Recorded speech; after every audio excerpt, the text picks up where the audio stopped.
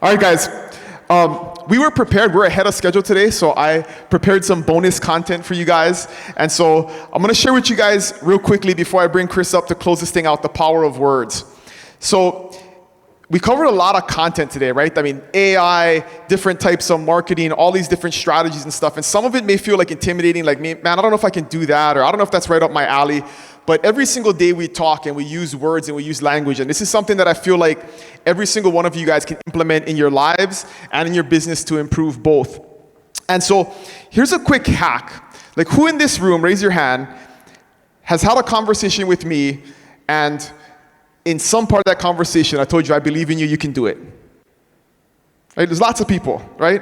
And I'm going to break it to you guys. Sometimes I was lying to you, right? Like,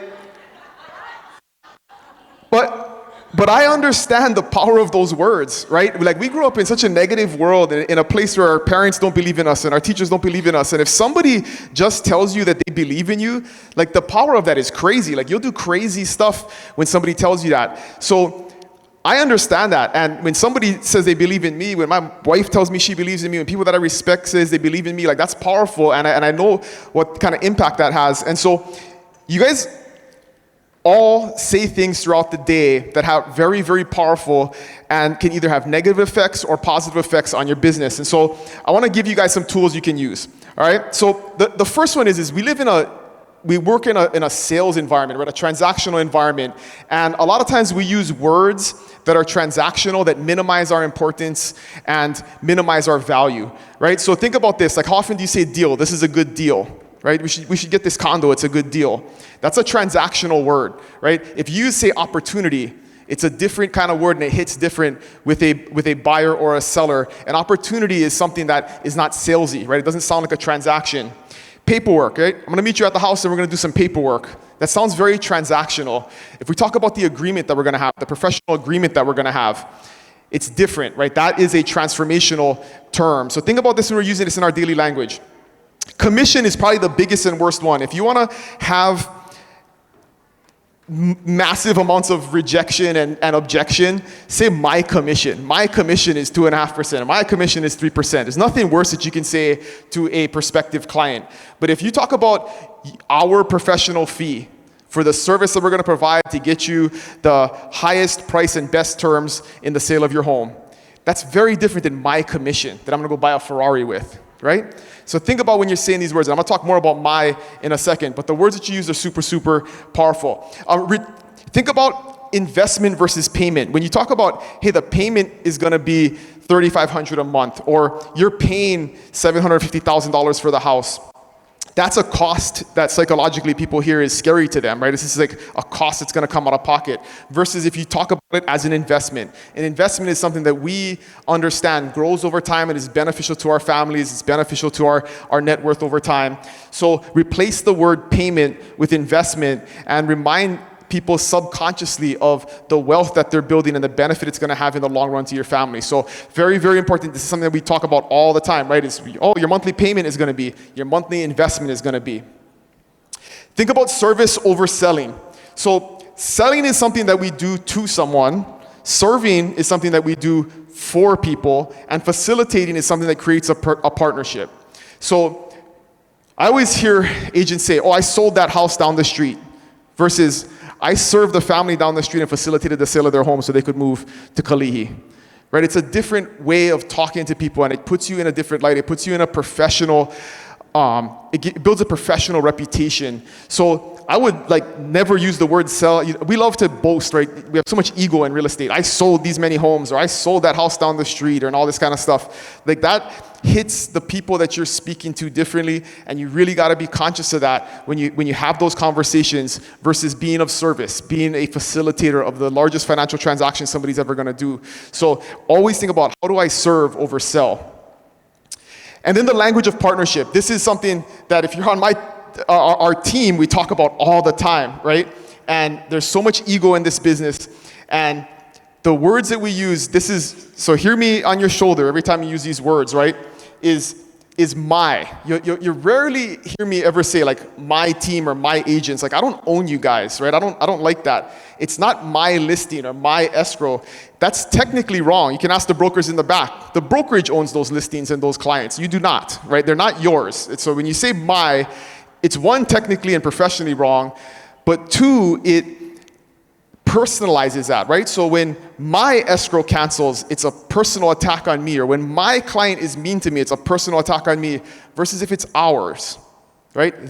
Just use the client, the escrow. It changes the psychology in your head, but it also makes you sound more like a professional because you're part of an organization that's serving a bigger mission than I, right? It's our success, our journey, your move. It's about other people. So think about shifting the ownership of the way you speak. And I would stop using my ever again in the discussion of your real estate business because it's hurtful to you personally and you don't even know it, but to the people that are listening to you, it minimizes who you are. It decreases your value versus using a larger context of our, us, we, and those types of words.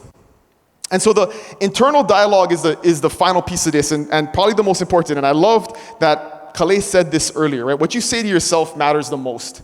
And so the first way to use this is removing the word but, right? I want to help, but the market is tough.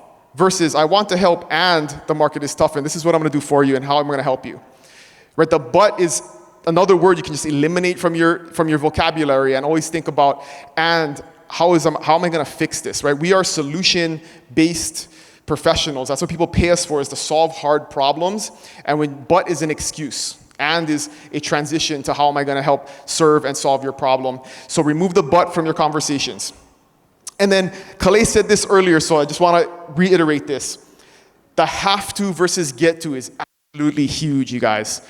Absolutely huge. I remember years ago, I was in the biggest escrow that I had ever been in. It was like $3 million, and I was in the ditch between the road and my house cutting down avocado trees. And it was a weekend, and I'm in there with my kids, and we're just doing yard work, and my phone rings, and it was the other side. We were negotiating something in the deal, and I initially had resentment in my brain. Like, it's the weekend. Why is this guy calling me at 8:30 in the morning on a weekend? I'm busy doing stuff, right? I have the same negative thoughts that run through my head all the time.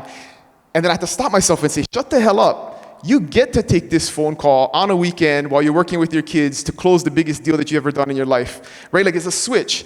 And that resentment went away. Then I could take that phone call and have it in a positive light. And that happens all the time, you guys. So I hear you guys say all the time, so stop doing this. Oh, I have to do an open house this weekend. I have to show properties this weekend. Oh, I have to do this. You don't have to do any of that shit. You can go get a job at McDonald's. You don't have to do any of that, right? You get to do that. It's a privilege that we get to serve people. And so switching the have to get to is a huge, huge shift in our vocabulary internally and the way we hear things and the way we operate. But other people hear that. Right? When you tell your prospective clients, your friends and your family, oh, I have to do an open house this weekend, it sounds like you don't like your job and you're not passionate about what you do, versus I get to serve my client at a high level and hold their house open all weekend and potentially find new clients that are going to buy in that neighborhood. Right? It sounds very, very different, and the way your body, your brain hears it and the way the people you're speaking to hears it shifts dramatically. So think about never ever say you have to do anything. You get to do everything. Life is happening for you, not to you, right? And the language that we use on a daily basis subconsciously programs our brains. So think about that. All right. So at the end of the day, right, your words create your reality and your reputation. So think about the words that you use on a daily basis. And I want to finish up by showing you guys what this leads to and what's possible here at this company. Two years ago, I got to speak up here, and I shared that our goal as a team was to do 1,000 transactions, and we were at 650 something that year, I think. And the next year, I got to tell you guys, if you were here last year, who's been here 3 years in a row? I got to tell you guys we failed. We failed miserably, right? We did 895 the following year. But who would say we failed? Very few people, right? You do 900 deals, you fail.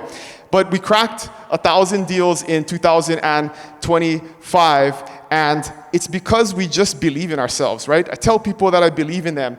I use language that creates abundance, and it may seem simple, but it's a simple practice that you can implement in your life every single day, and it changes the trajectory of where you're going. And this is what's crazy possible in this community, on this platform, is when my brother and Misty, they're both here, the agents like number 1 and number 2 on our team, we came to EXP in 2019. We collectively, there was like 8 of us by the end of the year. We collectively did like 95 transactions, and 7 short years later, as of today, we're the number 2 team in the entire company. We've already done 350 transactions this year. We're on track to do like 1,300 this year.